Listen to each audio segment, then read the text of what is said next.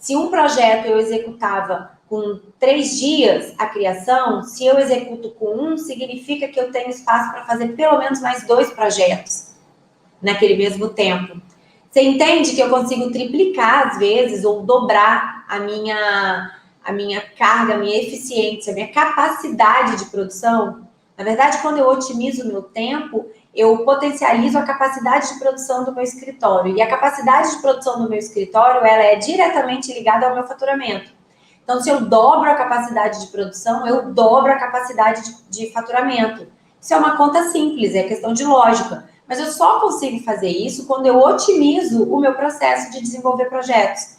E para desenvolver projetos de marcenaria de forma mais rápida, eu tenho que conhecer o processo, eu tenho que ter métodos e eu tenho que ter conhecimento.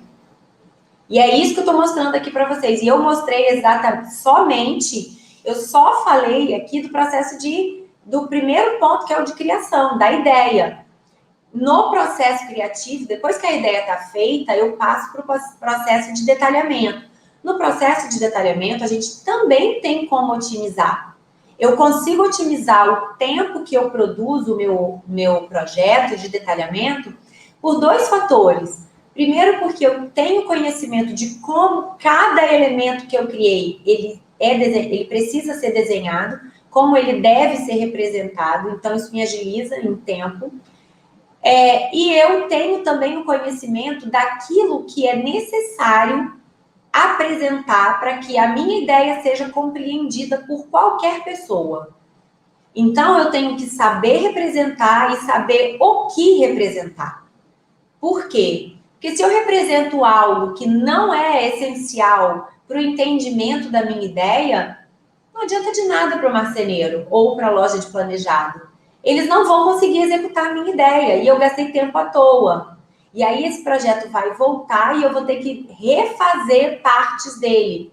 Então, quando eu falo em otimizar o tempo do detalhamento, é eu entender, primeiro, como é que ele é representado. Depois, o que é que eu preciso representar naquela ideia que é essencial, que não pode faltar e que é essencial para que a minha ideia seja executada. Quando eu entendo esses 2 pontos, e eu estou falando de forma muito generalizada, porque cada um desses pontos existem subitens, né?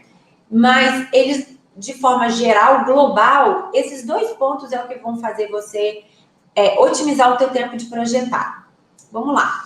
Eu vou dar um exemplo prático disso. Quando eu falo que eu sei representar algo, é o seguinte: eu quero fazer um tamponamento, criei uma marcenaria que tem um tamponamento largo de uma matéria que a porta fica recuada, que ela fica faceando e o montante interno é mais recuado, etc e tal.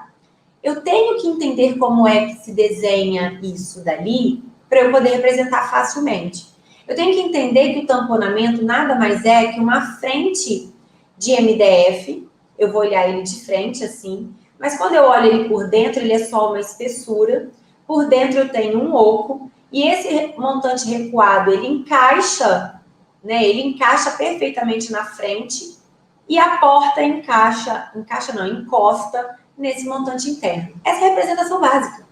E se eu sempre tenho esse detalhe nas minhas marcenarias, eu já tenho esse detalhe pronto.